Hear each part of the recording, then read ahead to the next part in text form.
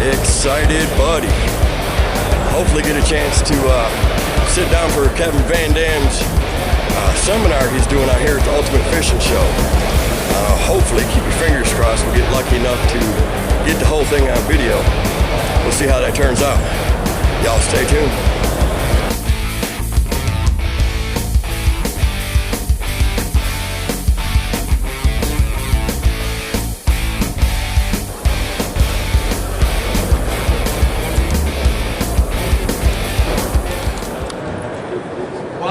You got a lot of bass fanatics sitting up in the bleachers here. That's a good thing. Who here has ever caught a 5-pound smallmouth bass? See your hands. Oh, wow. You guys are pretty good. Okay, you got me. How about a 6-pound smallmouth bass? 7-pound smallmouth bass. That's a hard one right there. I won't even ask about 8 pounds.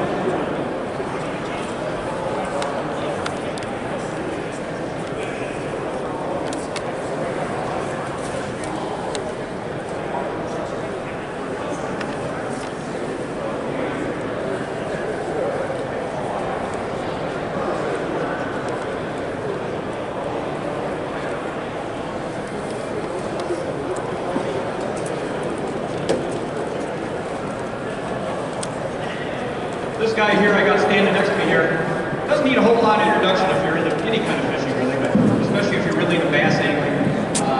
You've seen him on just about every kind of TV show there is, and you've seen him in the bass tournament world with all sorts of different bass tournament series and whatnot. Got his own line of Plano tackle boxes. He's got everything, man. He's one of the cool kids on the planet. I've been lucky enough I've actually get to be in the boat with him a few times. Spoiled knives.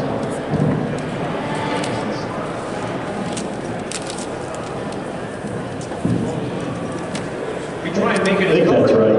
There you go. Yeah. So without any further ado, let's give a big round of applause for Kevin VanDam.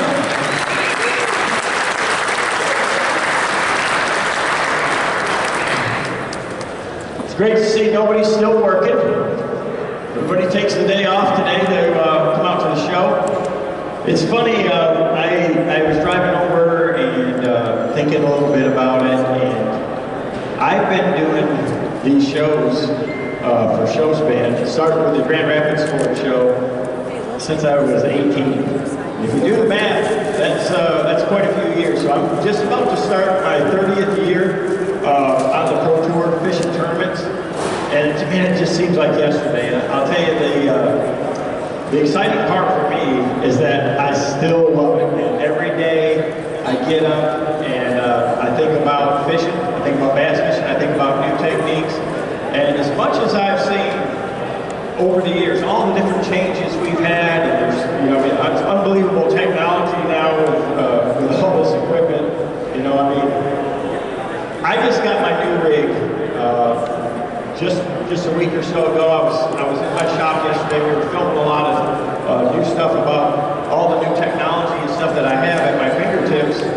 And if you would have told me 20 years ago even that I needed a rig like this, and I had to have 4 depth finders, that I'd have a hydro wave and 360 mega imaging to see all around the boat, and I'd have told you you're crazy, And you don't have to have it, but I'm going to tell you, it all makes a big difference, and it's just unbelievable that the fish even have a chance. And yet you can still go out, and I still have those days where it's tough, where you can still struggle. But I think all of our equipment has gotten so much better. I work a lot with companies like Strike King and that to design baits and things like that. So we built the best performing baits that are so much better than they were just a handful of years ago. So it does make make it a lot easier too. But in the end, you still got to go out and you got to make it happen. You got to be in the right area. You can't catch fish where they're not. Fortunately, today, at least I know there's some fish in front of me. I can see them. But on a lot of other days, sometimes you're out there and you try everything and nothing seems to work, and it scratches your head. But I love that. I love figuring out the puzzle. I love experimenting with new techniques and new things. And always something new.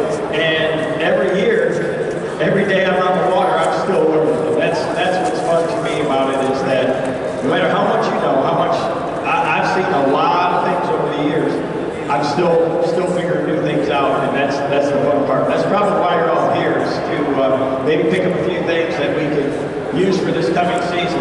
So there's definitely a lot of trends on the tournament trails.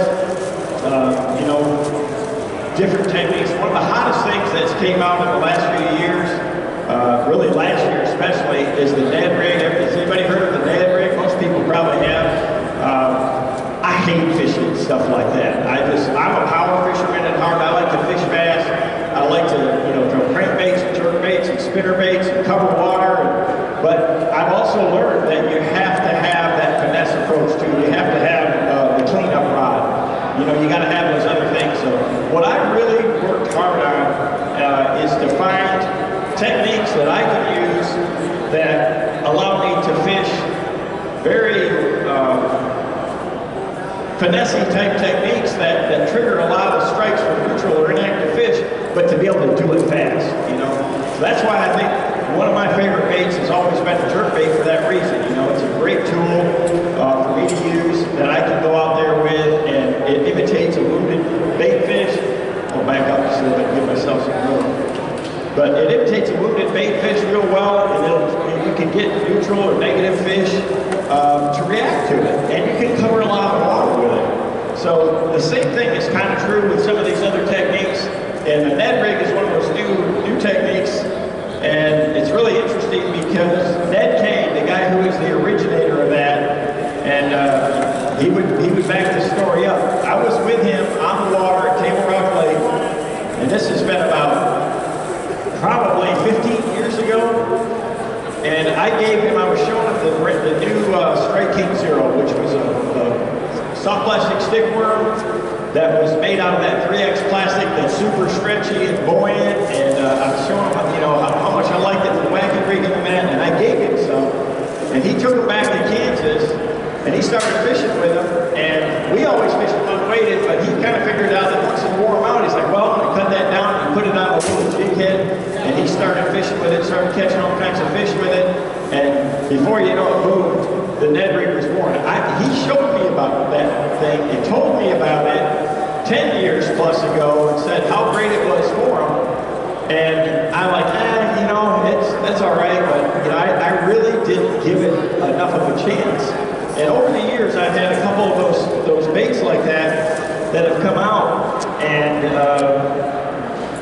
I just really haven't given it that full chance. Another one that came out a long time ago that I learned the hard way real quick, and then I did capitalize on it, was the Sluggo. Does anybody remember the original Sluggo? That was the first really soft plastic jerkbait. That was before a Super Fluke or any of those baits came out. And again, as much as I like jerkbaits, it makes a lot of sense. So the Ned rig, again, is basically a little gopher style head, jig head. I've got one tied on right here. This is a brand new version that Strike King came out with that's got a flat head, so it makes the Ned rig stand straight up off the bottom no matter what you got on the plastic. So the original concept is to take part of a stick worm, a small piece of it. Now they make them, they call them TRD. There's a lot of Z-Band makes just about everybody has one. It's a small piece of stick worm, and it's just designed to put on the jig head, and it's got a lot of heavy wire keeper to it to hold on there. It's designed to kind of stand up. What that Ned rig is really good at is when you've got a neutral or inactive fish, and you kind of got some clean bottom areas to kind of float out there, and the tail of it stands up, and if there's any current or anything gets near it, it's just going to really draw a lot of attention to it. I mean, like that big trout just ate that one to his gut right there. I just, that never gets old right there. I mean, you can't help it. Why not catch the biggest one in the pond on the first cast, right?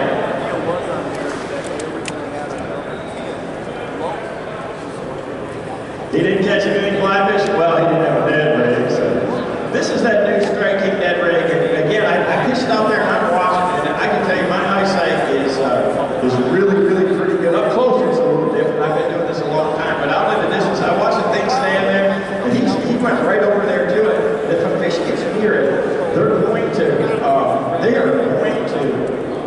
move that bait and the tail movement, it looks alive. That's the beauty of a Ned bait, is cast it out there, let it sink to the bottom, and just kind of let it sit there. You don't want to overwork this. That's a pretty good one right there. I mean, that's a steel hit.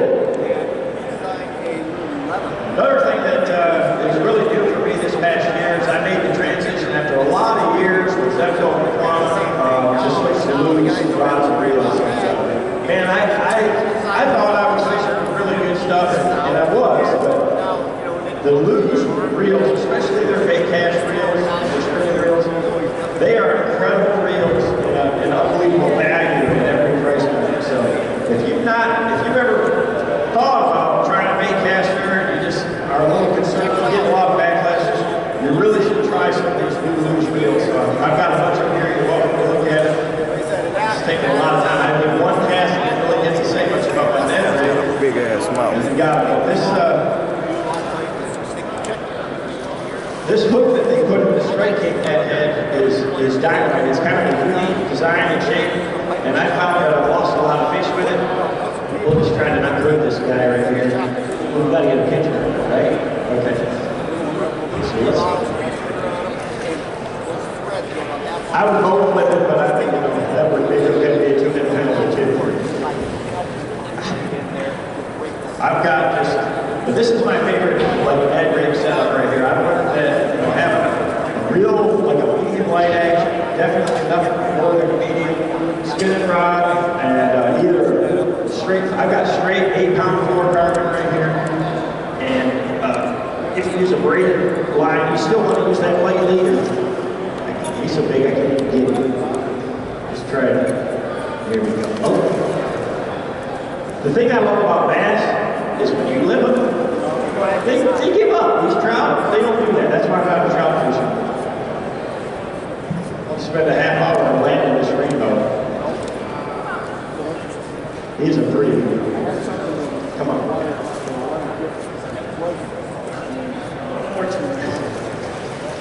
Well, he's got the tenacity of a big small one. I'll tell you that. There we go. Get that pepper going. It's a good one.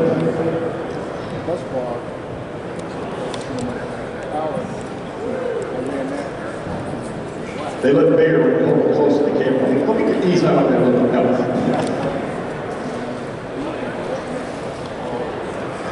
He doesn't look too worse for wear. So, that was a lot of fun. I'm going to tell you, that is the first rainbow I've caught of 2020.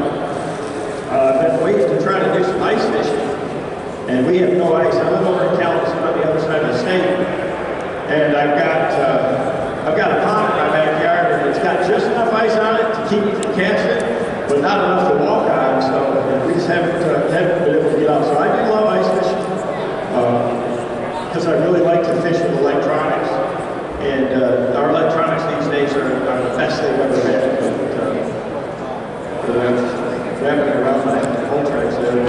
Anyway, so this Ned rig, I'm going to throw it away from the trout so they don't bite. You basically just fish that out there. You can see, those of you that are along that edge there, it just has a real subtle sink to it.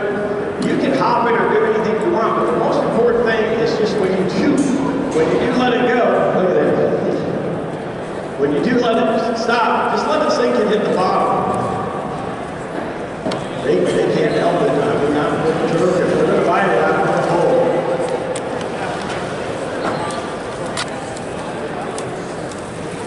This is just the standard little Ned worm, but there's a lot of different baits made. Strike King's got a brand new little Ned bug too.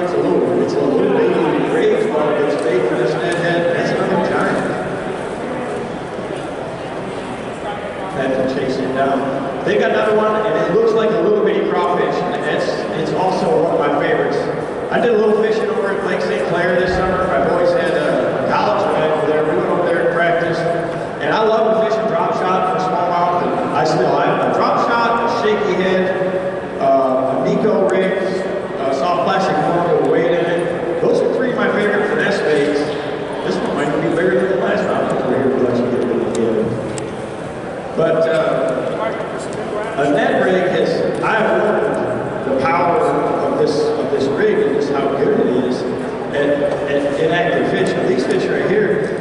they're swimming around there in a circle, but I'm not sure what they're thinking or what they think it is. But I guess everything lets him in. I guess he just found out he got hooked.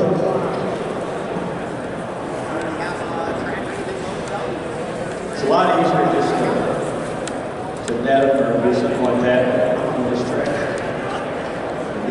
This one is bigger than one of this one.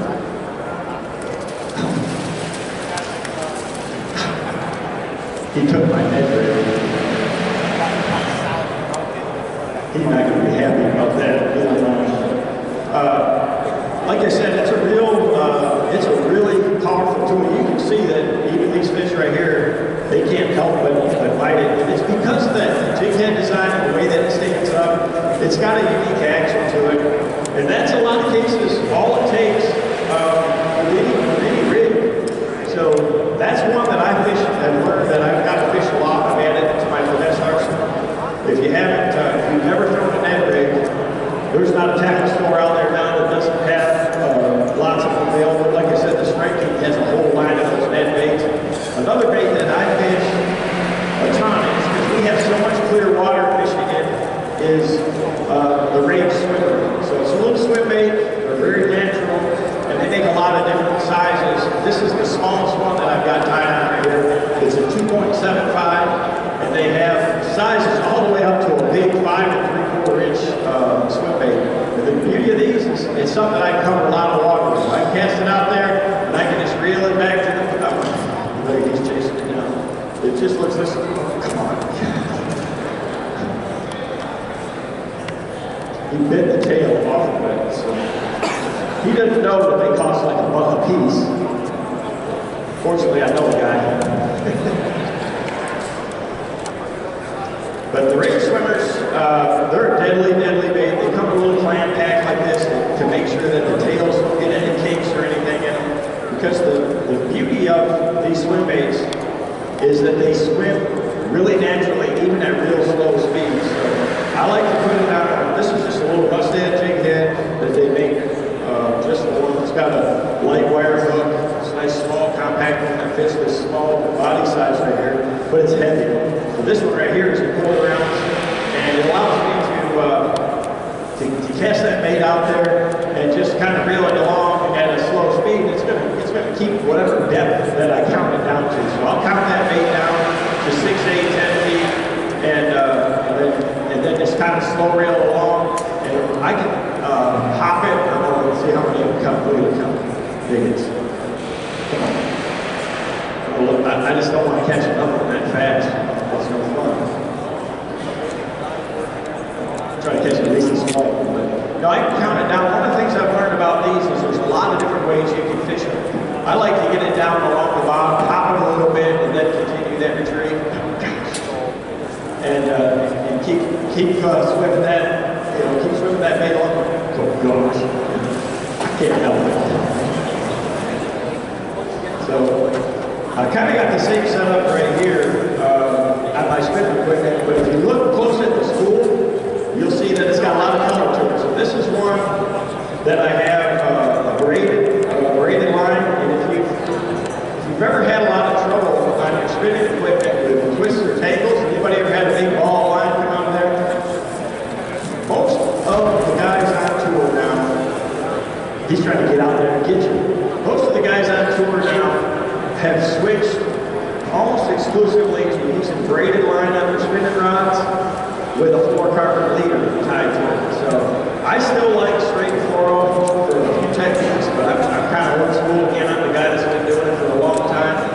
But when you use this braided line, it casts really far, really easy, and it just eliminates all that twist problems, all those little, I call them woofers. When you make a cast, you get a big ball line with the first guy, it goes woof, and then you're sitting there retying. So I've got this tied with a leader with an F2 knot. So there's a lot of different knots that you can tie braid to fluoro, but the best one, without a doubt, because it's really not even a knot. It's kind of almost, it's like a Chinese cinch knot, where it's just a line over the line. It's really small. It doesn't really have any bulk to it, so it casts the guides real well. And because it's not a knot, it gives you 100% of your line strength. So Typically on my spinning equipment, I use 10-pound fluorocarbon, and that's a big son of a gun right there. He is pulling. I'll use 10-pound fluorocarbon, and, or I mean 10-pound braid, and I'll use whatever size fluorocarbon I normally would. So I'll use an 8-pound leader. That way, if you ever get hooked up to rocks or something like that, usually that leader will break first.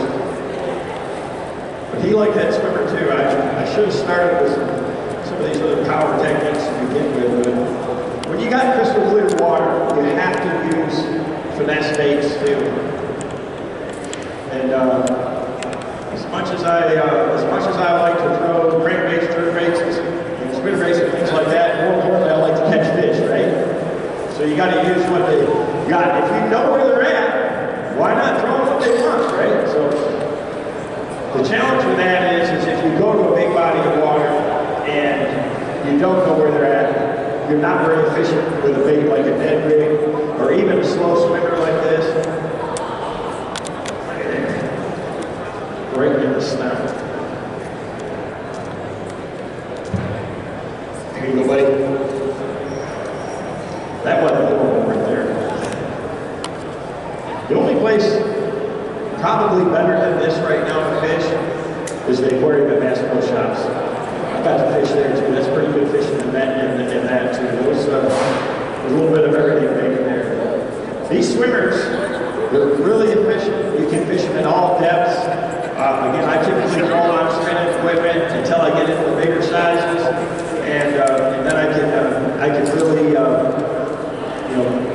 use a heavier rod, things like that for it. To cover water, this is kind of my mainstay type of techniques is, spinner baits or jerk baits, crank baits, things like that. This is one that's been really important to me the last few years. And this is a bladed jig.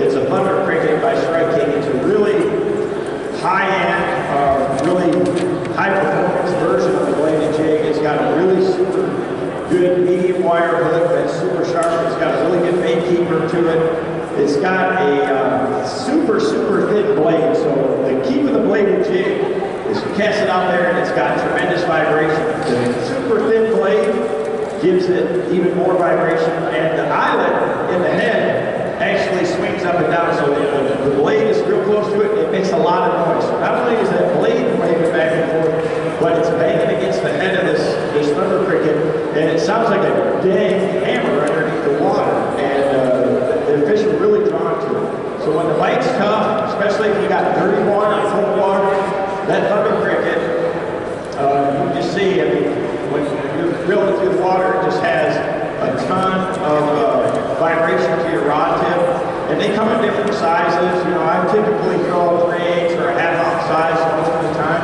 because I'm fishing it around shallow and really big, ripping through the grass and things like that. And that's what I try to do is if I can get this bait and bounce it off of something, if I can get it to hit the grass, if I can get it to just even click the bottom, or if I'm not hitting anything, just by changing the reel handle and speeding it up, it really makes it dart reel erratically and jump off to the side, and that's what triggers. These trout are looking at it. I'm sure it's the vibration.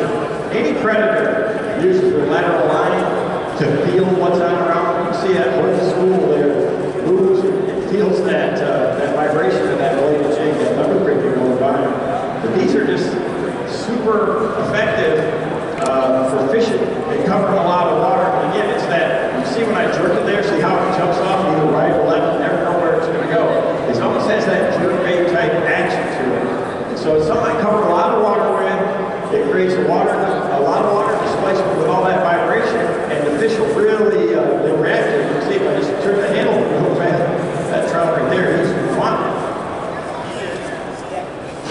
It excites them. It's the same with the bass. They'll come up there and just inhale it. It is such a different strike than you get with a spinner bait or even a crankbait. A lot of times you'll be real long and they just come up behind it and like that one and swallow it, and your line just goes slack and it just kind of disappears. So I like to use a composite rod or a glass rod that's a little softer, just to allow the fish, because of the way they bite this thing so differently than other baits, it allows them to take it in a little bit farther, and I don't miss near spinning, or I don't lose near spinning. So I'm using it again on a composite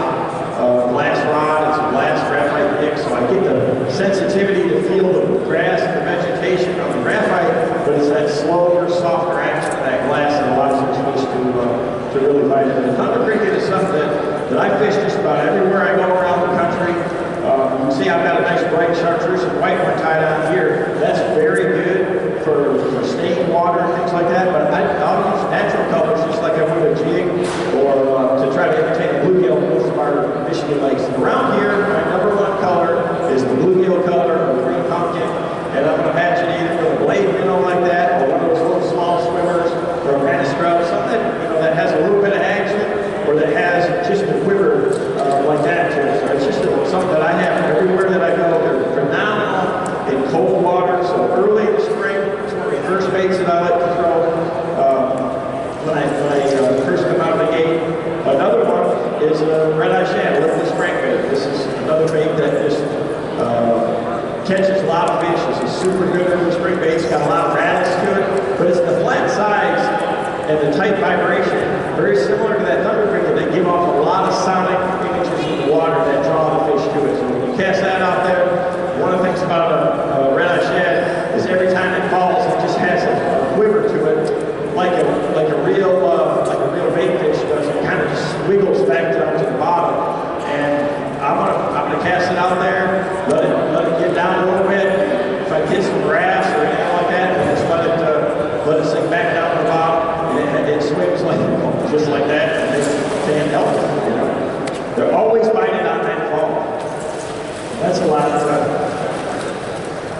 It's a lot trickier technique to fish. You just always want to have a little bit of tension in that line when you're letting it fall, but you'll see it get ramped up. But they can't help it. It's that vibration, and again, early in the spring, late in the fall, even right now, this is one of my favorite baits to jig through the ice. It's a red-eye shad, straight up and down. It's got a lot of that wiggle to it, and that's what these fish really focus on. I've got him every which way but loose. One thing I do on all my treble hook baits is I swap them out to must-have triple grips. When you're a tournament fisherman, like I am, it's important to have every fish in the boat. And when you got hooks like this, you're going to land the majority of the fish that ever even sniff that bait. I've got this one every which way loose.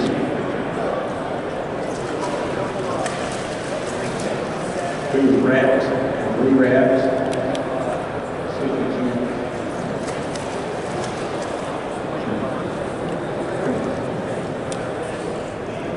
Try to unravel it here.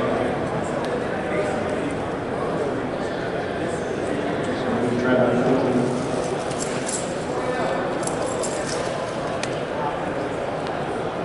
he got my bait too. I'm losing more striking baits today than I normally would. I've got it rated on 12-pound line, and lighter line like that allows that bait to get a little bit deeper. I typically, in a lot of our lakes where we have a lot of vegetation, I'll fish it on heavier line, especially in cold water, just to slow it down a little bit more and actually keep it shallow. A lot of the natural lakes that we fish, the grass and vegetation is only 3 to 6 foot deep. So having a little heavier line gives me a little more control with those baits. When you're fishing crankbait grass, one of the most frustrating things is that it gets balled up, it gets all the way down there, it gets uncovered. Using heavier line makes that bait a little more buoyant. It's going to keep it up in it, kind of keep it at the top of the grass a little bit better that way. So that's something that's pretty critical to do. So I'm one of those guys that I keep several rods rigged when I'm cranking at different sizes of line, just to help control the depth of that bait if I can. So I've got a square bill crankbait tied on, and it's kind of the same thing. The lipless bait, because it sinks, I can let that bait go to really any depth. The square bill is awesome because I can have it go really anywhere that I can run that bait through. So it's really designed for 3 to 5 foot, and it's not going to run any deeper than that. So if I've got a lot of shallow cover, a lot of grass or swamps or anything like that in that zone, I can reel that down and bounce that bait off of it. But even in these clear water lakes like we have here today, I can just do a lot of things with it to kind of stop and start it and make that bait move real radically and trigger a lot of strikes just by making it look like it's an easy deal.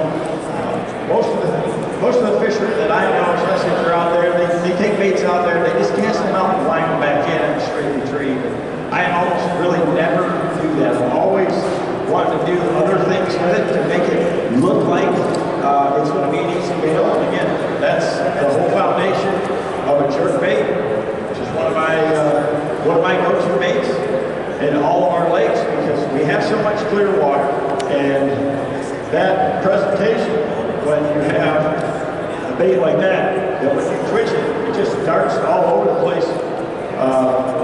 It looks like it's an easy beetle for them. And so they're going to chase it down. I got a whole bunch chasing it right there. And that's what a jerk bait is designed to do. So it's something that I cover a lot of the water with. This is a little standard 2-hook version right here.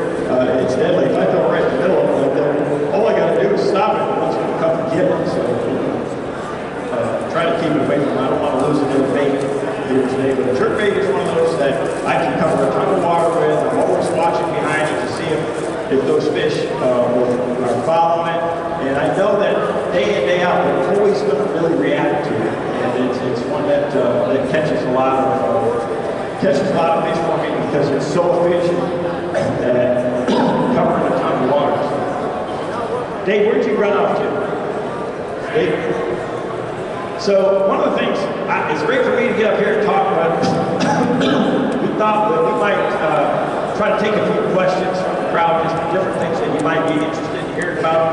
I've got a lot of tackle in this bag. I've got a lot of techniques that I like to use, but if somebody has something they wonder about or are curious about something they've seen, I'd love to be able to.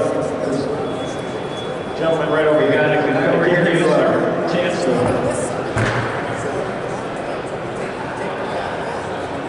Do you fish a chatterbait or do you fish a spinnerbait? Do I fish a bladed jig or I throw the Strike King Thunder cricket when I'm doing? I've thrown all those different kinds, and the answer to that is no. I still love a spinnerbait. Spinnerbait is a great tool.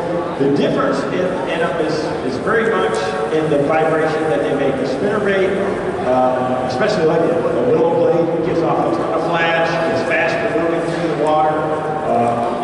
It's real erratic. It's definitely more weedless too.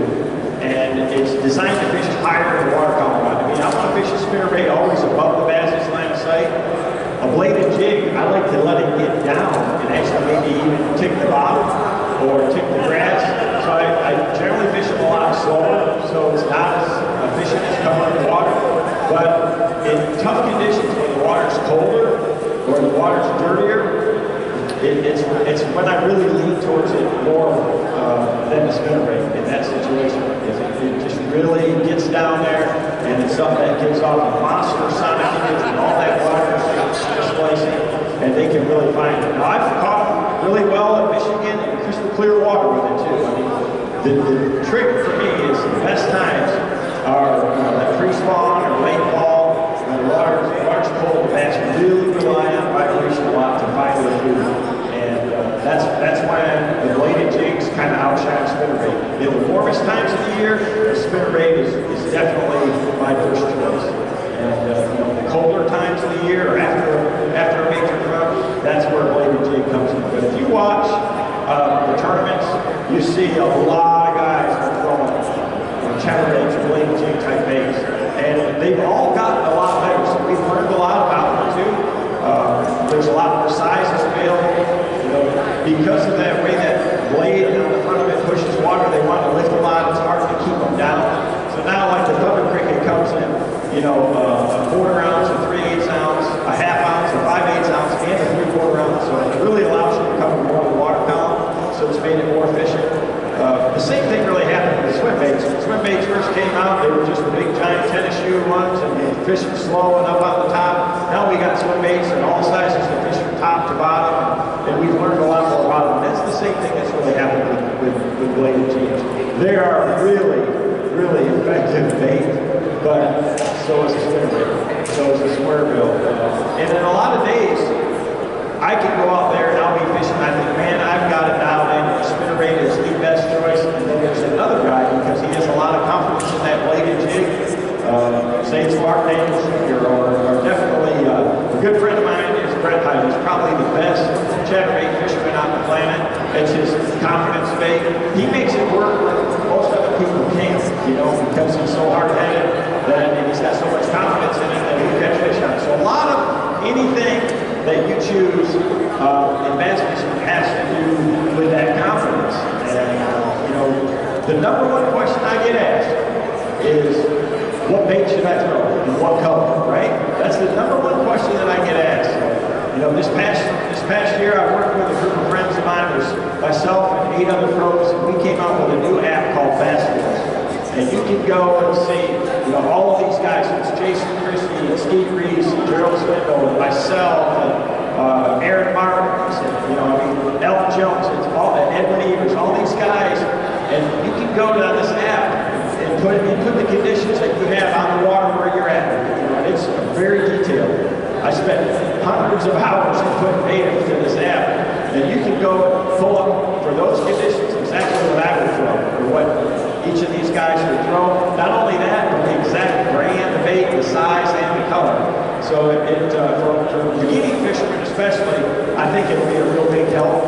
But in the end, a lot of it comes right down to confidence. And you'll see that a lot of our picks are exactly the same or are very similar, but in a lot of cases they're very different. You'll see one guy's first choice in that situation will be a spinnerbait, the next guy's might be a chatterbait, just like we were talking about. We have a real quick request just to rename the knot that you used to braid to. Oh, okay. The knot that I use to tie the fluorocarbon, and it's a tricky knot to tie. It took me a few hours and a lot of failed knots to learn. It's called an FG knot. F as in Frank, G as in George. FG knot. It is, so there's the Alberto knot. There's a lot of different line-to-line knots that you can use. There's some that are a lot easier to tie, but there's none better than an FG knot. It is the best knot. It's what all the saltwater captains use, whether they're fishing for those giant 1,000-pound tuna or marlin. That's the knot that they're tying to braid the fluoro. And it's the same if you're going to tie really small diameter braid or really small diameter fluorocarbon. It is the best, smallest, tightest, because it's really not a knot. It's just a line wrapped over itself, and when you cinch it down, it doesn't leave anything. So unfortunately, the guides real well, and it's never going to break at that knot. Your line will break before that knot. Good question. Second area. VanDam.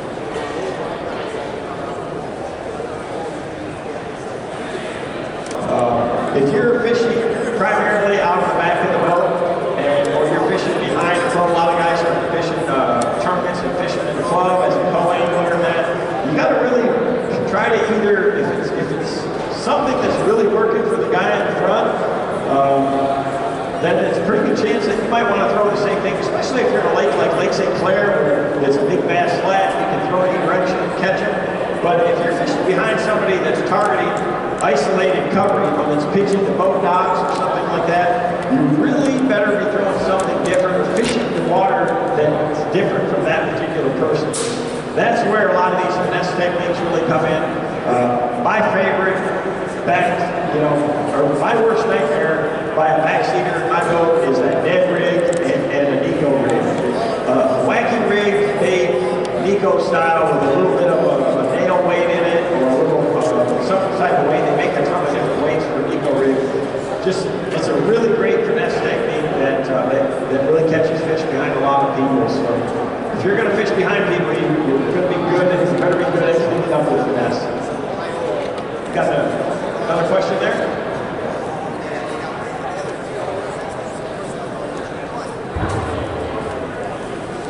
You had said that this was kind of linked to the game switching to the net rig, and I was curious if that was when the switch formats from bass to left. Now, again, I knew about the net rig for a long time. The thing about the tour, and it didn't matter on the Elite Series or on the Bass Pro Tour, anymore these guys are so good. Our electronics are so good. We've got the best mapping and side imaging. Now we got Mega 360 where we can see everything around the front of the boat. If you leave a spot that's got a bunch of school of fish on it, somebody else is probably going to be there. So this day and age is much pressure is on a lot of these waters. You've got to catch every bass out of the area before you leave. So it's important to have all the tools to do that. Net rig is got the same type of excitement right now that drop shot did a few years ago. Now everybody fishes a drop shot. The net rigs is something different. Same thing happened with the shaky head. I watched it with the Carolina rig. You see swim jig was this. Every time there's a new bait or new technique that comes out, it really kind of takes the world by storm. And there's no doubt that when the fish haven't seen it, it makes a difference. So I've just learned myself over my career that I can't just power fish alone. I mean, several of the wins that I've had over the last 4 or 5 years are primarily finesse fishing wins. You know, I won at Cayuga fishing a Texas rig and a wacky rig Ocho. You know, I mean, that's painful for me. But every one of those fish, I found by power fishing. I was punching a 1 ounce weight, you got it in there order that, and you got a few bites, and then I knew I had to clean up with something slower. You know? So that's the same thing. Even if I find it with a jerk bait, I know I gotta go back through that flat at St. Clair with a drop shot, and then the net rig because they're both different. You know, so you really have to do that. As good as the anglers are now, and again, our technology is so good. The mapping is so amazing on all these lakes. There's no secret spots anymore. There's no hidden places that haven't gotten any pressure. So it's changed the landscape of how you fish, especially in a lot of these lakes in the south that get a lot of. We're lucky. We got 11,000 lakes in Michigan. You know, you go even to a state like Texas. You know, you might have to drive an hour and a half to get to a lake with a gully access. So we're getting more pressure, and with more pressure, you got to learn more finesse techniques for sure. We good? We probably I'm going to be here again the rest of the day. When I get off here, I'm going to go over here to the Nitro booth and hang out there with Glenn and chat some more. I've got my equipment you might want to look at. I also have another seminar in the seminar room at 6 o'clock. We're going to talk about some different stuff with that, kind of get a little more into the power side of it and break it down in a little bit more detail. So if you're still around at 6, love to see you there too. Appreciate everybody coming out. And again, you can kind of follow everything that we do. The Bass Pro Tour kicks off at Lake Follow in it's 30 days from today down there, so it should be a great tournament. I'm looking forward to getting back on the water and catching some big fish. So I appreciate everybody showing up today and coming out. Hopefully some of the stuff that I taught you will come and catch some fish.